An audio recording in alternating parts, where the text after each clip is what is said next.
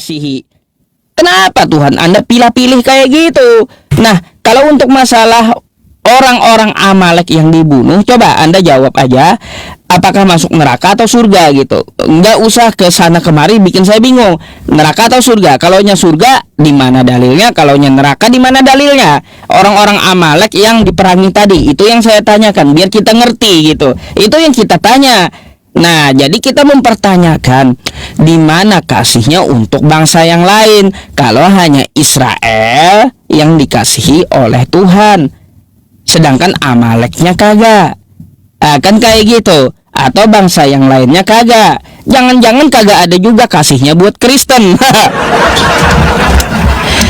Kan kayak gitu. Terus juga berkaitan tentang yang konteksnya itu ke perjanjian baru, yang mana Yesus ini turun telah menjadi manusia. Saya mau tanya nih ya, pertanyaan tambahan ya, karena Anda sudah membawa ke perjanjian baru ya.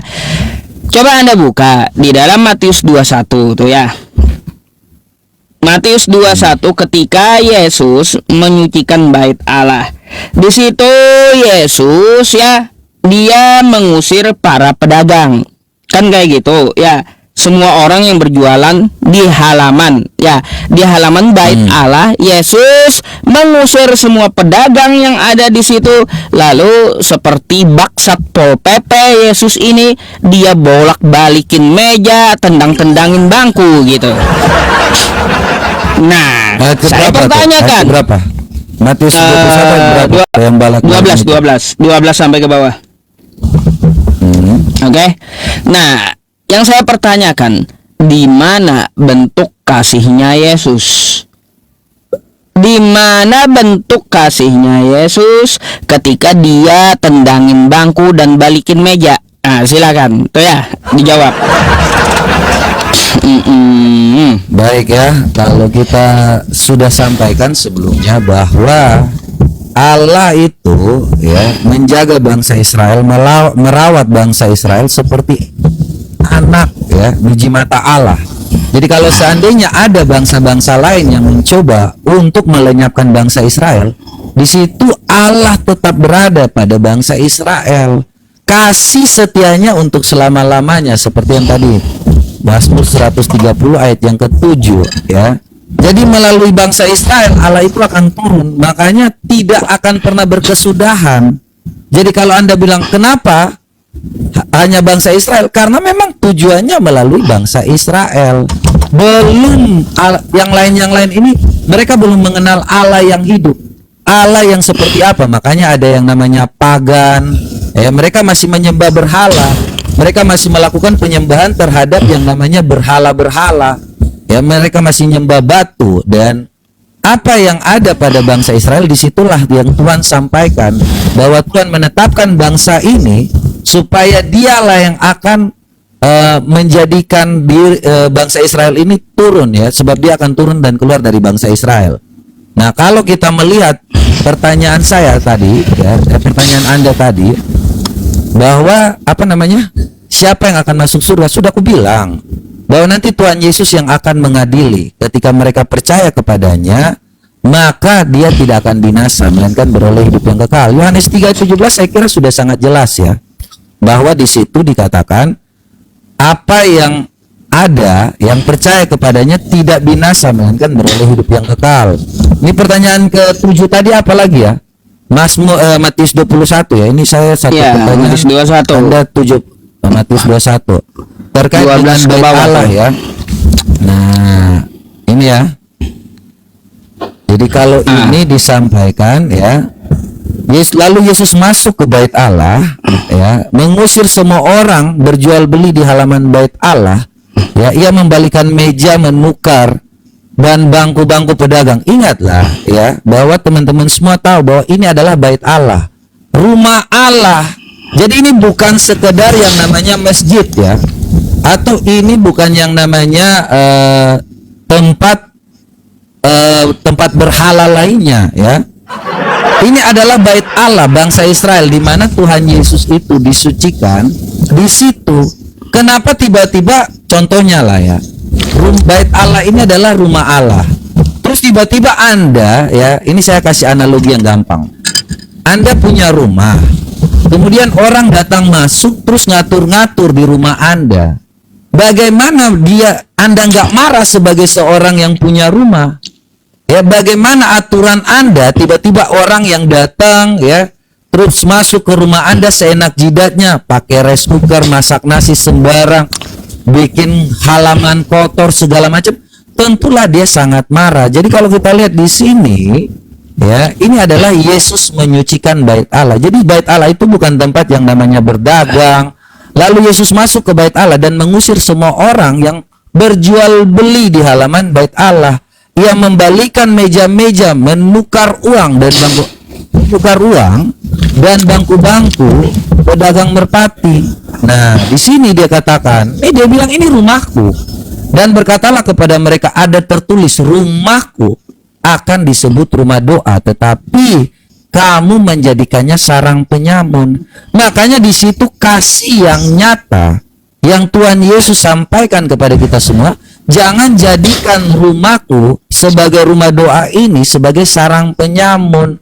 Bukan tempat lu buatin yang namanya belanja-belanja, bukan lu di situ putar duit. Jadi itu jelas ya. Ini jelas di sini Tuhan Yesus katakan ada tertulis rumahku akan disebut rumah doa, bukan jadi sarang penyamun. Nah, yang menjadi pertanyaan nih, ya saya juga baru mau bertanya, kebetulan saya ingat seperti ini. Nah, di mana ya dalilnya untuk disuruh yang namanya bersujud kepada yang namanya Baitullah atau Mekah itu, di mana disuruh bersujud kepada Ka'bah? Apakah ada di dalam Al-Quran disuruh untuk bersujud kepada Ka'bah, Pak Ustadz? Oke, baik. Saya akan jawab dulu ya, yang Anda pertanyakan gitu ya. Akan saya jawab dulu, apakah ada di dalam Quran untuk sujud kepada Ka'bah? Jawabannya tidak ada. Ya, tetapi kalaunya kita disuruh untuk menghadapkan wajah ke arah Ka'bah, itu baru ada. Quran surah Al-Baqarah ayat 144 dan 150. Wa min haitsu kharajta fawalli wajhaka syatral masjidil haram. Dimanapun kamu berada, maka hadapkanlah ya wajahmu ke arah Masjidil Haram. Ya, artinya ke arah Ka'bah, ke sekitaran Ka'bah. Dihadapkan wajah. Nah, ketika kita menghadapkan wajah, salah satu ritual praktek ibadah sholat itu adalah sujud. Artinya apa? Kita cuma menghadapkan wajah, sujudnya kepada Allah dengan arah sujud ke arah Ka'bah. Arah sujud ke arah Ka'bah, tapi bukan Ka'bahnya yang disembah, sembahannya kepada Allah. Tapi karena perintah Allah menghadapkan wajah ke arah Ka'bah, maka kita sholat sujudnya pun ya ke arah Ka'bah. Nah, seperti digambar. Tapi ini bersujud, Pak Ustadz. Iya. Jadi nggak ada ya, nggak ada yang disuruh ya, nggak ada yang menyuruh seperti ini ya. Sujudnya kepada Allah, mukanya ke arah Ka'bah. Makanya ada aturannya. Oke? Disuruh kan ke Masjidil Haram. Ini kan Masjidil Haram, benar nggak? Yang sekitarnya ini. Berarti itu kan Ka'bah ya? Ya betul. Gini, saya udah jawab tadi. Di manakah kata Anda dalilnya disuruh untuk sujud kepada kepada Ka'bah? Pertanyaan Anda. Jawaban saya tidak ada. Gitu. Tidak ada. Jadi ini salah. Tapi ini. Bentar dulu, makanya saya jelaskan. Tapi kalau perintah wajah kita diarahkan ke Ka'bah, itu ada dalam Quran. Quran surah Al-Baqarah ayat 144. Saya bukakan aja nih ya.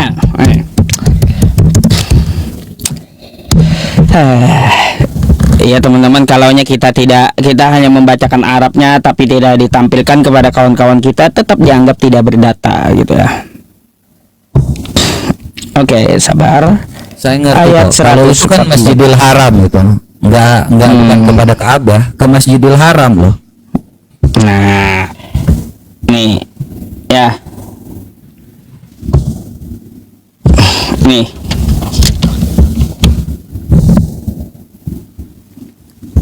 Ya teman-teman semuanya, Quran surah Al-Baqarah ya, ayat 144 ya. Di sini demikian pula kami menjadikan kamu umat Islam, umat pertengahan agar menjadi saksi perbuatan. Intinya ya sampai ke bawah tentang masalah kiblat bisa Anda baca di dalam Quran surah Al-Baqarah tersebut. Saya langsung ke intinya aja nih ya. Nih, wa min haitsu kharajta fawalli wajhaka syatral masjidil haram ya, dimanapun kamu ya engkau Muhammad keluar maka hadapkanlah wajahmu ke arah Masjidil Haram. Di mana saja kamu berada maka hadapkanlah wajahmu ke arahnya. Oke? Jadi pertama-tama kita mau ibadah itu menghadapkan wajah dulu ke arah Masjidil Haram. Itu dulu. Lalu ya ketika kita ibadah ada namanya ritual sujud seperti Abraham, Musa dan Yesus kan yang bersujud kayak gitu. Nah, ritual sujud sehingga mereka sujud kepada Allah menghadapnya ke arah Ka'bah gitu maksudnya. Bukan berarti menyembah atau sujudnya itu kepada Ka'bah, bukan. Wajahnya aja ke Ka'bah, yang disujuti adalah Allah Subhanahu wa taala. Karena Ka'bah itu adalah sentral ibadah sebagai apa? Sebagai arah gitu, arah pemersatu ibadah umat Islam di dunia. Bukan berarti Ka'bah itu adalah Tuhan, bukan ya. Tuh dalilnya. Sedikit aja. Ini Ka'bah dengan Masjidil Haram beda nggak? Ka'bah ya Masjidil Haram itu di dalamnya Ka'bah. Masjidil Haram itu seputarannya. Beda nggak ini? Masjidil Haram, Ka'bah ya Ka'bah. Kalau Masjidil Haram, Ka'bah. Ini disuruhnya menyembah kemana? Melihat menghadapkan ke arah Masjidil Haram. Jadi di dalam Masjidil Haram itu ada Ka'bah, maka pusatnya di situ. Karena kan di tengah-tengah dia. Jadi yang jadi dulu itu Masjidil Haram atau Ka'bah? Yang jadi Ka'bah dulu.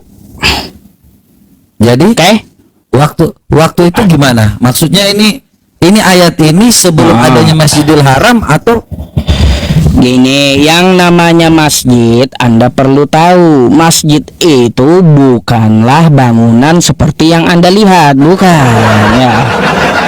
Gini, yang namanya masjid itu adalah tempat sujud. Masjidil Haram artinya tempat sujud yang suci. Nah, tempat sujud yang suci itu di mana? Di sekitaran Ka'bah. Gitu, makanya diputar pakai bangunan sekarang. Dinamakan Masjidil Haram, tempat sujud yang suci. Jadi, yang pertama itu adalah Ka'bahnya, ya, bukan Masjidil Haram lebih dulu, bukan. Oke. Sebentar. Ini masjid bukan bangunan. Bukan. Kata siapa masjid bangunan? Loh, ini Sahih Bukhari 227. Baik, ini saya kasih tahu ya kosakatanya ya. Masjid. Kosakata masjid dari kosakata sajadah yang artinya sujud, yasjudu dia bersujud, sujudan orang yang melakukan sujud kan kayak gitu bentuk sujudnya, kelakuan sujudnya. Terus masdarnya ya isim masdar ya. Isim masdarnya itu adalah masjid, yaitu tempat orang bersujud. Bukan bangunannya. Seluruh bumi yang terhampar ini tempat bersujud kepada Allah. Kayak gimana sih? Ini sebelum masjid dibangun, Nabi Shallallahu Alaihi Wasallam sholat di kandang kambing. Nah, sebelum dibangun masjid. Nah, jadi kalau coba Anda buka Arabnya, sebelum masjid dibangun, artinya di situ merujuk bangunan orang tempat bersujud. Oke? Masjid, tapi kan? secara bahasa yang dinamakan masjid adalah tempat sujud gitu. Ini membuat saya bingung ini. Makanya belajar bahasa gitu. Bukan bahasanya di sini poinnya menghadapkan muka ke Masjidil Haram. Ada masjid kan? Masdar. Iya kan? Iya. Isim makannya adalah masjid. Ada masjid. Masjid dibangun. Ini Sahih Bukhari ya, Sahih ya teman-teman semua ya. Sebelum masjid ini dibangun, masjid ini adalah tempat ibadah. Kok tiba-tiba berubah dari apa yang dikatakan oleh Ustadz ini kok berbeda lagi? Bang, ya di lapangan yang luas, tempat orang sholat ya, lapangan yang luas itu bisa disebut masjid. Yang benar aja Pak Ustadz. Asal aja ini Pak Ustadz yang benar. Bukan aja bisa asal, disebut itu secara masjid. bahasa. Anda di lapangan yang luas ya, di lapangan yang luas sholat berjamaah bersama bisa disebut masjid. Pak Ustadz baca deh Pak Ustadz. Di kandang kambing, jadi masa kandang kambing sebut masjid sih? Ini perbedaan ini kandang bentar kambing, ini ya. masjid. Di sini Kandang Anda tidak kambing. pahamnya di bagian ini, di bagian bangunan. Di situ yang dimaksud masjid adalah bangunannya. Tapi masjid itu secara bahasa bukan bangunan, tapi tempat sholat. Paham? Paham nggak? Tempat sholat. Nah, makanya isim makan, ya lupa saya isim masdar lagi. Nah, apa itu masjid ya? Apa itu masjid? Tuh coba Anda buka, Google kan ada. Masa Anda nggak mau belajar ya? Nih ya, tempat sujud. Masjid itu tempat sholat ya. Masjid adalah tempat ibadah umat Islam yang dalam bahasa Arab berarti tempat sujud ya. Tempat sujud kan? Kenapa Anda Iya. bilang bahwa kandang kambing ini masjid? Oke, itu bukan masjid kandang kambing ya. Loh ini bahasanya Ustadz. Sebelum masjid dibangun, Nabi Sallallahu Alaihi Wasallam sholat di kandang kambing. Kok Anda bilang kandang kambing masjid sih? Iya, kandang Tadi kan kambing Anda bukan bilang- masjid, gimana sih? Loh, tadi Anda bilang kalau setiap Udah orang dibilang sujud, ya. sujud Yang di lapangan yang namanya masjid itu bukan bangunannya. Kandang kambing ya bukan masjid, kandang. Kayak terus gimana kenapa sih? Anda tadi bilang kalau yang namanya di lapangan bisa disebut masjid? Kan tadi Anda baru bilang Kagak sendiri. usah di lapangan, di dalam air pun kalau bisa orang sholat berjamaah disebut masjid. Apalagi kalau cuma di kandang kambing gitu ya. Kagak Ini makanya ketika- usah di lapangan luas ya teman-teman. Di dalam laut pun kalau ada yang bisa sholat berjamaah di situ, di dalam laut itu disebut masjid, tempat sujud ya.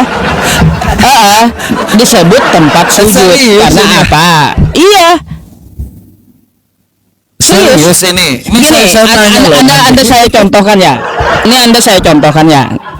Coba Quran surah Al-Isra. Coba Anda buka ayat pertama.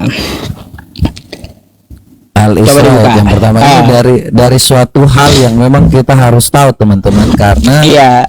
apa yang disampaikan tadi ini kan disuruh menghadap ke Masjidil Haram. Masjidil Haram, betul. Heeh. Coba buka dulu Al-Isra itu Al-Isra surat ayat berapa pertama. 17.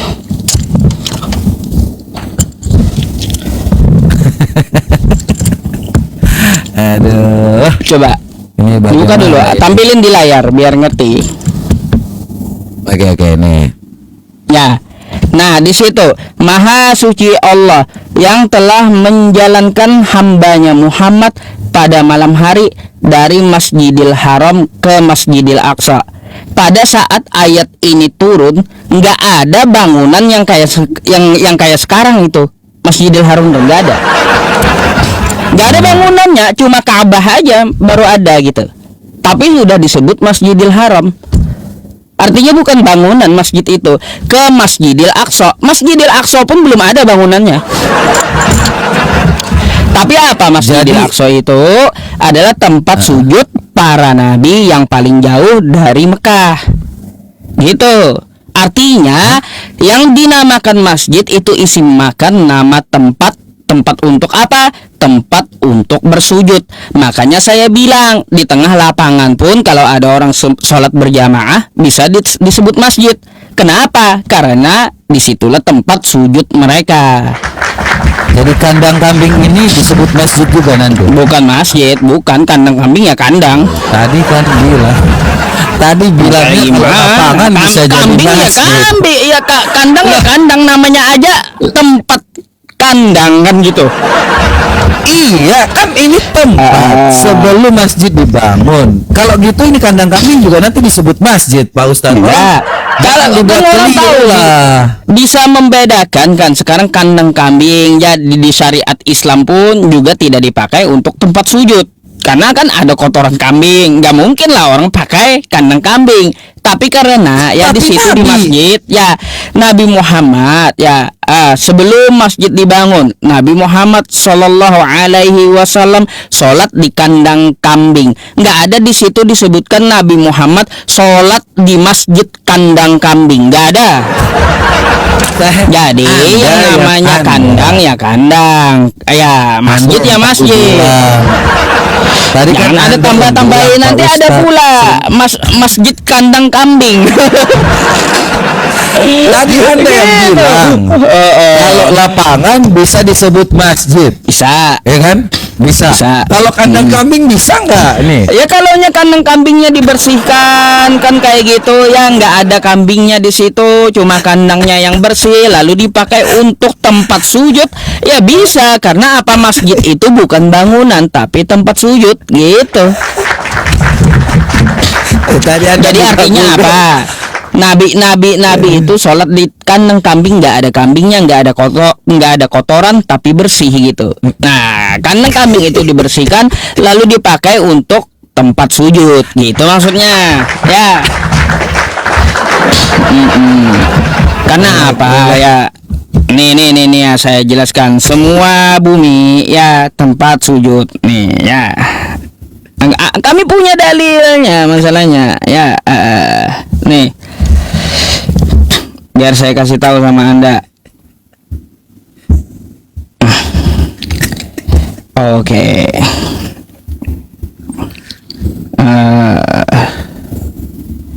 Nih.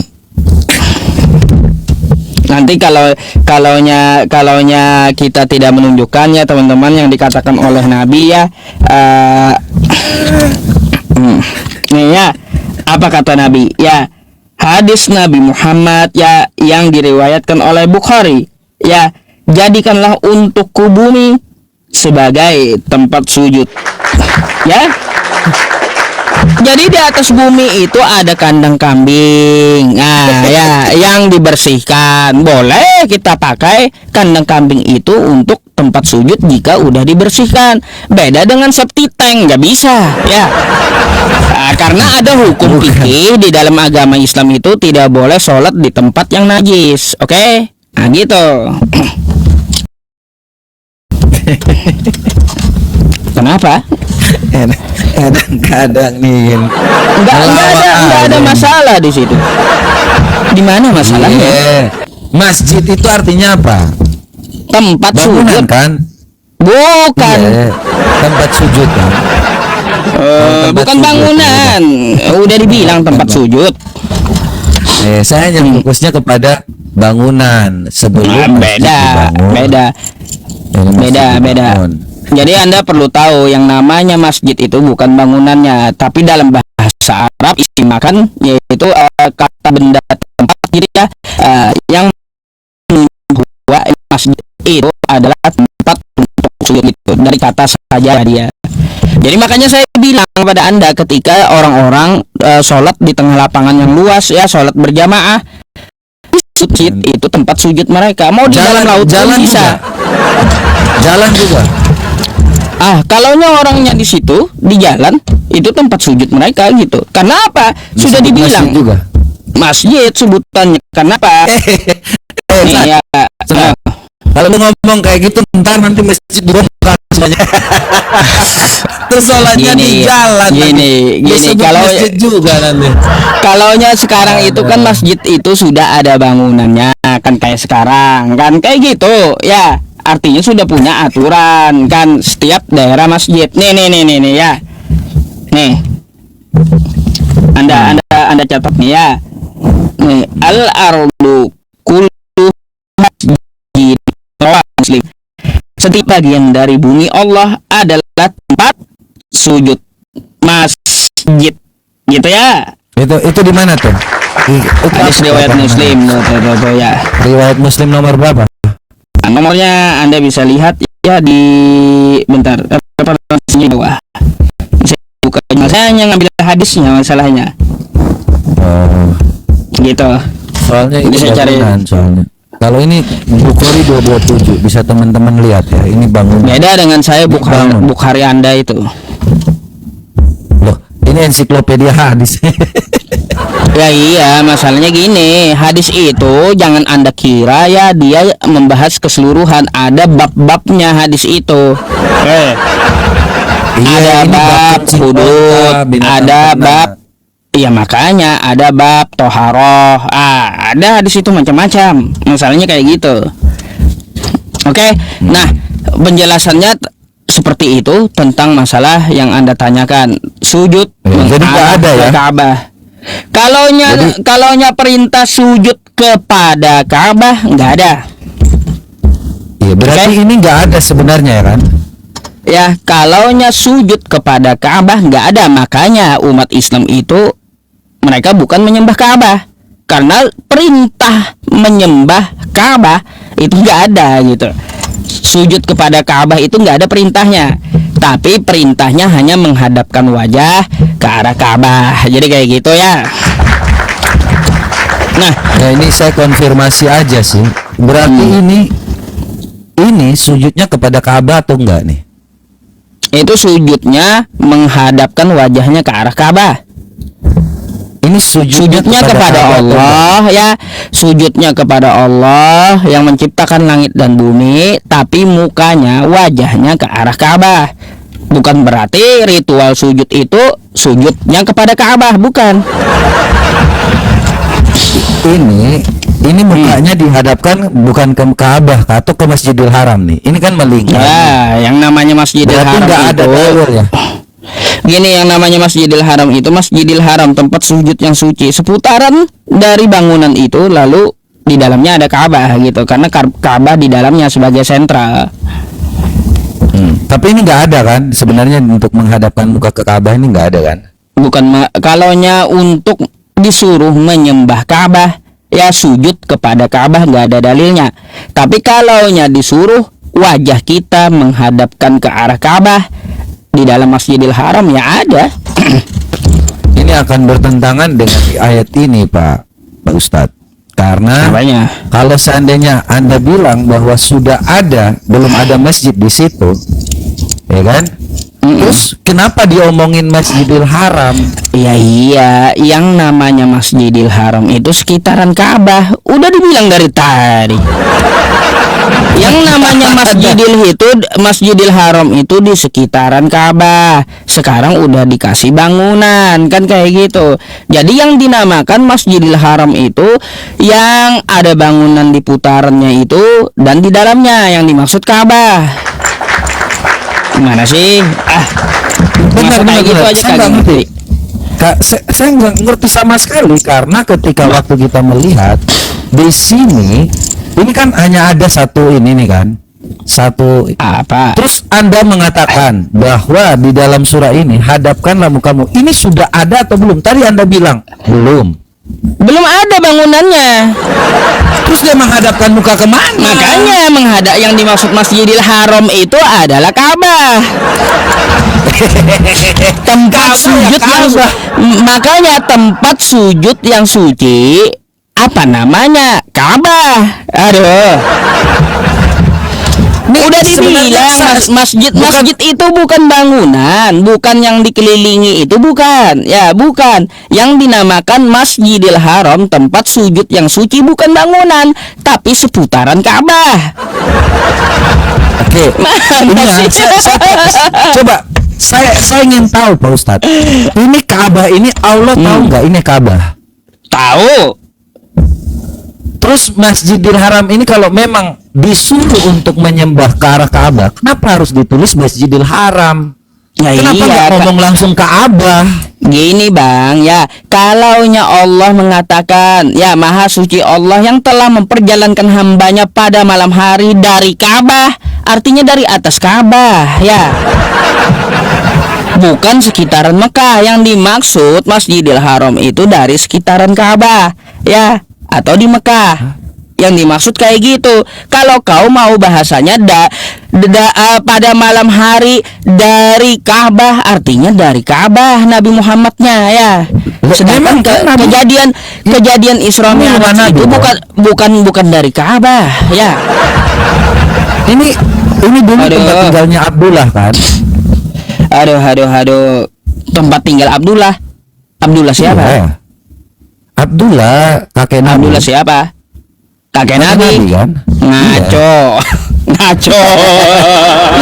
Benar enggak? Dia penjaga. Ngaco, Dia penjaga rumah Allah kan? Aduh. Setahu saya itu benar nggak sih? Salah. Oh, salah. Salah, bukan Jadi ini enggak- tempat tinggal. Bukan tempat tinggal. Jadi ini apa? Bukan. Jadi itu Ka'bah itu sebelumnya sebelum Islam datang dijadikan oleh para pedagang atau gujarat di situ sebagai tempat penyembahan mereka, yang mana mereka melakukan dan meletakkan berhala di dalam Ka'bah itu. Nah, gitu. Makanya Oke. ketika Nabi Muhammad datang ya, dengan Islam datang, kagak boleh ada berhala dalam Ka'bah, harus dihapuskan gitu ya. Enggak ya, gini ya teman-teman ya, kalau orang bertanya Islam kagak usah Anda paksa turun atau tanya balik, enggak adil kayak gitu ya. Kalau orang tanya Islam itu dijelaskan bukan diturunkan. Kalau orang tanya Islam dijelaskan bukan diturunkan ya. Terus juga kalau orang tanya Islam bukan kita tanya balik, bukan, jelaskan ya. Jelaskan. Mantap. Makanya ilmu diskusi lintas iman itu ya harus harus mumpuni gitu. Oke. Nah, sekarang saya bertanya tentang masalah ini ya, tentang permasalahan Yesus tadi. Tadi Anda menjelaskan kepada saya bahwa Yesus itu merusak-rusak dari meja dan bangku itu kan katanya di dalam bait Allah. Hei kawan, coba itu dibaca dulu yang betul. Itu di halaman loh ya. Di halaman, bukan di dalam bait Allah, bukan.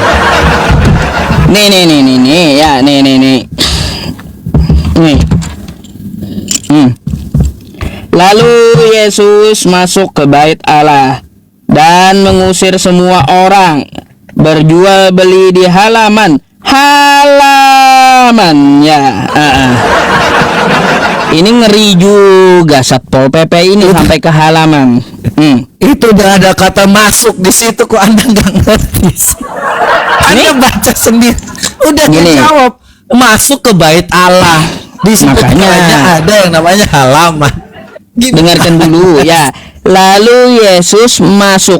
Oke, kayak saya. Lalu Yusuf masuk ke masjid dan mengusir semua orang yang berjualan di halaman masjid. Artinya saya keluar gitu dari masjid. Yang namanya halaman, tahu kan halaman yang dimaksud halaman kan?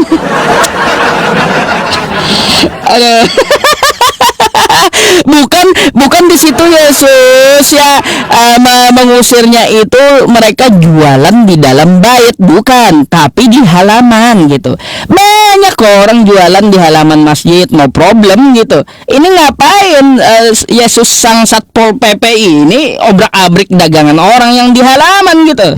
Kalaunya orang jualan di dalam mimbar bait Allah, di dalam ruangannya, boleh Yesus ngamuk. Ngapain kau jualan di dalam bait? Ya, di sini tempat ibadah. Kalau kau mau jualan silakan di halaman bait tuh. Tapi meskipun di halaman bait tetap diobrak-abrik Yesus. Ini mana kasihnya gitu, mana? Ya. Nih, Seharusnya gini, belum. Sedikit lagi tanggapan saya tentang ini. Oke. Iya, tanggapan saya tentang ini ya kawan-kawan semuanya. Andai ada ajaran kasih dari Yesus ya, ajaran kasih dari Yesus, kalaunya dia mengasihi, maka dia tidak tendangin bangku orang, tidak balik-balik meja, bukan. Tapi apa yang dilakukan Yesus? Semua pedagang yang jualan di halaman, sini ku beli semuanya, bangku dan meja kalian serta yang dijual. Ya, penukar uangnya saya tukar semuanya, saya beli. Besok kagak usah jualan lagi. Narasi ya. Itu baru kasih kawan. Ya. Bentar, ini kan tanggapan saya. Kalaunya Yesus itu ya mengajarkan kasih, bukan ngebalikin bangku dan meja orang, tapi dia beli bangkunya dan mejanya, dagangannya dibeli, dan besok ditegur jangan lagi jualan. Itu baru kasih. Ini kagak, balikin meja orang, dagangan orang, itu mana? Kasihnya kayak gimana? Kasih apa itu? Kasih hancur dagangan orang atau gimana? coba jelaskan dulu saya. Iya. Jadi kalau buat framing tuh yang cerdas, karena kita pakai data. Kadang-kadang pantas kamu ini memang pendebat yang memang polemikus, yang memang keunggulan maksud. Lo jelaskan lah kayak gimana? Tadi kan saya jelaskan juga apa yang dimaksud dengan masjid. Kan kayak gitu, jelaskan halaman, kan bentuk kasih, kan bentuk kasih kayak gimana? Masa bentuk kasih hancurin dagangan orang? Kacau itu ya. Perundingan pasar Ya, oke, jelaskan. Saya mau dengar jawabannya. Ya. Iya. Jadi ini Yusuf sudah menjawab sendiri si Yusuf ini ya. Yesus menyucikan bait Allah. Yesus masuk ke bait Allah dan mengusir semua orang yang berjual beli di halaman bait Allah. Ini kalau kita lihat ya, ini gambar bait Allah seperti ini guys. Jadi ini di sini tempat yang taruh namanya bait suci itu, yang ada terbungkus yang namanya kain ya. Jadi para imam kepala masuk ke sini. Nah, di sini di halaman ini ketika masuk dari sini, dari ini sebelum di sini ya. Ini ada yang namanya dari sini semuanya itu terhitung bait Allah, teman-teman. Itu harus disucikan. Karena Tuhan Yesus sudah katakan ya, namanya orang tuh punya rumah, itu pasti ada halaman. Enggak kayak yang Yusuf pikirkan gitu kan. Di situ dia membalikan nih, jelas ya. Karena dan berkata kepada mereka, ada tertulis, rumahku akan disebut rumah doa, tetapi mereka menjadikan sarang penyamun. Jadi kalau teman-teman lihat dari sini, ini semua halaman dari yang sekitar sini, ini disebut bait Allah. Ya, mereka menjualnya di sekitar sini, makanya Tuhan Yesus marah. Ini dari depan sini mereka sudah menjual. Jadi ini contoh, teman-teman. Jadi bukan dipikir bahwa ini masuk ke bait Allah terus tiba-tiba kalau kita lihat ya, kalau lihat dalam hayalannya, bait Allah itu kan ada yang namanya kain ya. Jadi hanya imam-imam besar ya seperti Gamaliel yang masuk. Dia nggak jual di dalam situ, Ucup. Jadi jangan framing bahwa itu Satpol PP apa segala macam. Saya mau tanggapin dulu deh ya penjelasan ente. Saya masih jelasin. Gimana sih jelasin masjid aja susah, orang masih jelasin tentang yang ini. Nih lo lihat ini kan. Maka datanglah, ini kan orang-orang di situ, datanglah ya orang-orang buta yang timpang kepadanya dalam bait Allah. Ini masih dalam bait Allah dan mereka disembuhkan. Ini Tuhan Yesus di situ menyembuhkan orang-orang yang buta. Tetapi ketika imam-imam kepala dan ahli-ahli Taurat melihat mujizat-mujizat yang dibuatnya, dan anak-anak yang berseru dalam bait Allah, Hosana bagi anak Daud, hati mereka sangat jengkel. Jadi di situ orang-orang imam kepala itu udah ada di situ, ya. Mereka keluar dari yang namanya bait Allah ini, ya. Jadi orang-orang yang ada di situ bukan berarti seperti itu bait Allah itu semua itu. Kalau mendengar Yesus kalau dari anak musuh yang telah menyanyikan puji-pujian, lalu ia meninggalkan mereka dan pergi ke Betania dan bermalam di situ. Jadi jelas membaca itu yang jelas, Ucup. Jangan kau bilang satpol udah. Oke. Terus gimana bentuk kasihnya belum ente jawab? Di mana bentuk kasihnya? Bolak-balikin dagangan orang itu apa tuh bentuk kasih kayak gimana itu? Coba bilang sama saya. Apakah cara mengasihi orang itu dengan membalik dagangannya atau kayak gimana gitu, atau kasih tendangan Oke. gitu. Nih ya. Nih, baca di sini. Ah, Ada yang berkata, ini tertulis rumahku disebut rumah doa. Kalau seandainya mereka berjualan di situ, mereka tidak menghormati Allah dan mereka masuk neraka. Jadi dikasih tahu supaya mereka jangan sampai masuk neraka. Mereka telah berbuat hal-hal yang salah kalau menjadikan yang namanya rumah doa tempat judi, tempat yang namanya berjualan. Jadi itu kasih yang begitu besar, kasih yang nyata. Kenapa mereka berjualan di bait Allah padahal itu tempat rumah doa? Salah nggak? Salah. Coba seandainya ya, kalau kita kasih contoh yang nyata, seandainya ada orang berjualan di sini, apakah Allah marah gitu? Kalau seandainya ada yang berjualan di sekitar sini, memang dulu yang dilakukan oleh kaum pagan Quraisy ya berjualan di sekitar sini, ya berjualan yang namanya halal seperti ini. Jadi Anda pikir bahwa ini adalah kasih dari Muhammad kepada kaum pagan Quraisy, maunya seperti itu? Tidak. Kalau Tuhan Yesus itu tegas. Jadi di sekitar bait Allah itu harus disucikan. Jadi itu kasih yang nyata supaya janganlah engkau menjadikan rumah doa. Ini kan sudah ada tertulis. Disebut rumah doa, tetapi engkau menjadikan sarang penyamun. Nanti kamu tidak akan selamat. Sekali lagi, ini hak prerogatif dari Tuhan Yesus. Karena Yohanes 3 ayat 17 jelas-jelas dari tadi saya sudah katakan, mana Yohanes? Nih supaya jelas ya, ini hak prerogatif dari Tuhan Yesus. Ya, ayat 17-nya dikatakan, sebab Allah mengutus anaknya ke dalam dunia bukan untuk menghakimi dunia, melainkan untuk menyelamatkannya. Dia menyelamatkan orang-orang itu. Barang siapa yang tidak percaya kepadanya, ia tidak akan dihukum. Barang siapa yang percaya, yang percaya kepadanya, ia tidak akan dihukum. Barang siapa yang tidak percaya, ia telah berada di bawah hukuman. Jadi nanti Tuhan Yesus yang akan menghukum mereka kalau seandainya mereka masih berbuat demikian. Paham ya? oke, saya tanggapi ya. Silakan. Jadi ya kawan-kawan, baik dia mau di halaman mau di dalam kayak tidak ada ajaran kasih yang ditunjukkan oleh Yesus di situ, nggak ada sama sekali. Lalu di mana slogan kasihilah musuhmu, sedangkan pedagang aja dikasih tendangan gitu. Iya, kayak gimana itu ceritanya? Heran saya jadi ya, kasihilah musuhmu ya, yang bukan musuh ya pedagang aja, orang berdagang itu dikasih tendangan. Di mana bentuk kasih ya? Ya, jadi bentuk kasih itu kalau Anda belum tanya dikit lagi seperti nih. itu, sebentar saya sampaikan langsung. Oke. Supaya kasih itu ya, kalau hal yang namanya lu udah salah, ya, yang penting tidak memotong tangan, tidak mencuri ya. Kemudian dia menyampaikan bahwa itu adalah rumah doa.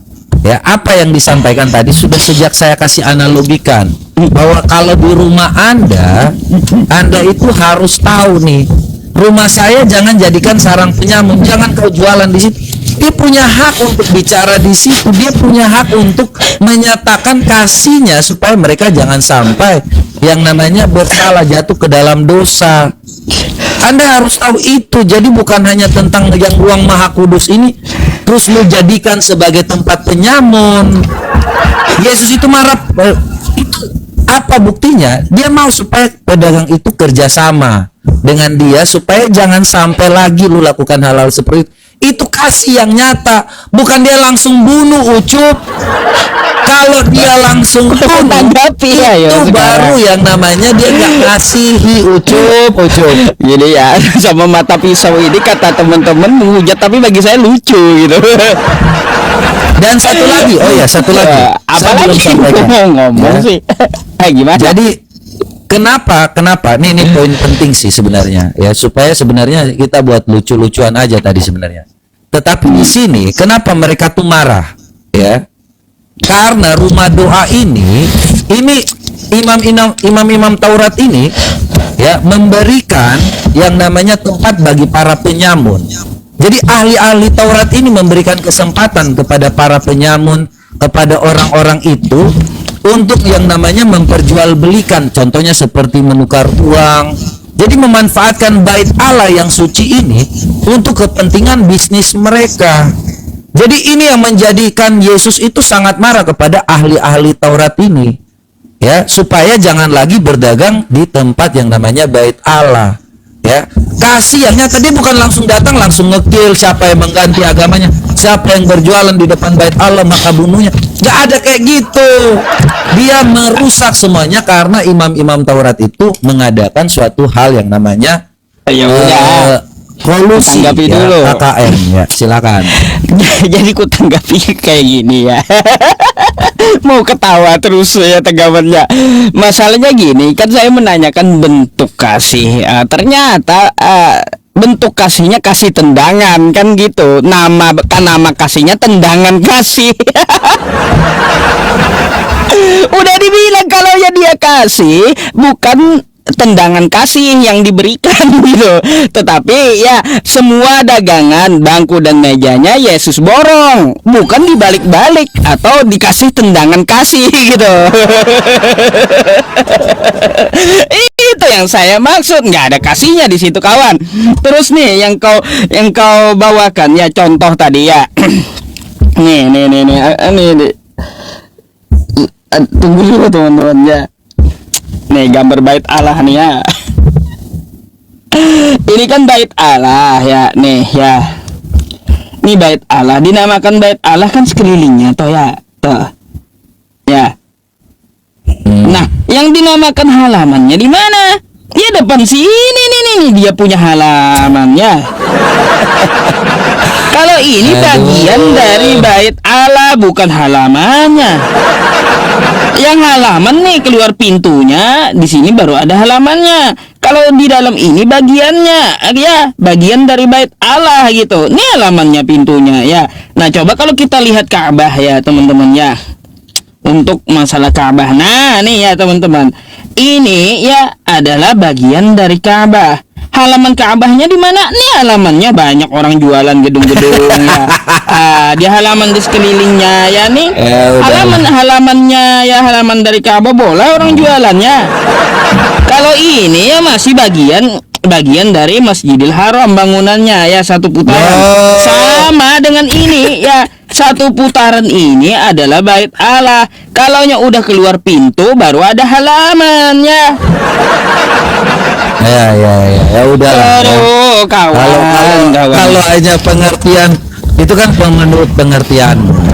Jadi nggak masalah lah. Yang penting Tuhan Yesus di situ sampaikan karena dia merasa bahwa ahli-ahli Taurat ini semuanya berseberangan dengan apa yang telah tertulis di dalam Alkitab. Jadi kalau Anda mau mengatakan halal seperti itu, yang penting puji Tuhan Yesus tidak melakukan suatu hal yang bertentangan dengan 10 hukum Taurat, ya. Dia tidak membunuh, dia tidak yang namanya melakukan suatu hal kekerasan, bahkan ditampar pun tidak, tetapi hanya merusak yang namanya buah-buah itu, ya. Atau orang-orang yang melakukan hanya membalikan meja, itu bukan suatu hal yang saya kira teman-teman harus mengerti lah secara nalar pemikiran manusia. Jadi tidak dilakukan suatu hal yang namanya tidak dalam bentuk kasih. Ketika orang menegur dengan keras, ketika orang mengatakan dengan keras, bukan berarti itu tidak kasih, tapi tidak jadi masalah. Itulah yang namanya teman-teman kita dari Muslim, apalagi si Ucup ini yang dengan ya lawak saya juga nggak masalah. Lalu di mana slogan kasih hilah musuhmu itu di mana gitu Pak? Sedang nggak apa-apa kalau hal seperti itu kita buat suatu hal yang nggak perlu terlalu serius lah ya. Karena memang pengertian dari Yusuf PI ini ya seperti itu nggak masalah ya. Jadi yang penting pada intinya Yesus tidak melanggar yang namanya 10 perintah Allah itu. Ya berbeda dengan membunuh, mencuri. Kukira di situ Anda menekankan bahwa ada yang namanya mencuri atau dia membunuh atau dia melakukan segala sesuatu yang namanya kejahatan ya. Tuhan Yesus tidak seperti itu. Saya kira itu aja sih Pak Ucup ya. Iya, Nanti ya kita udah, ketemu lagi kalau gitu, bicara-bicara oke. santai ya. Boleh, Thank you ya boleh, buat boleh. waktunya Thank you ya atas Nanti ini kita ketemu diskusinya lagi. ya. Iya, cukup Oke. menghibur bagi saya. Terima kasih juga ya sudah menghibur. Tapi statementnya hati-hati loh ya. Nanti orang semua masjid itu dirubah, bahaya lagi nanti. Thank you ya Pak. Iya, oke, oke, oke, Thank you. oke. Oke, selamat malam.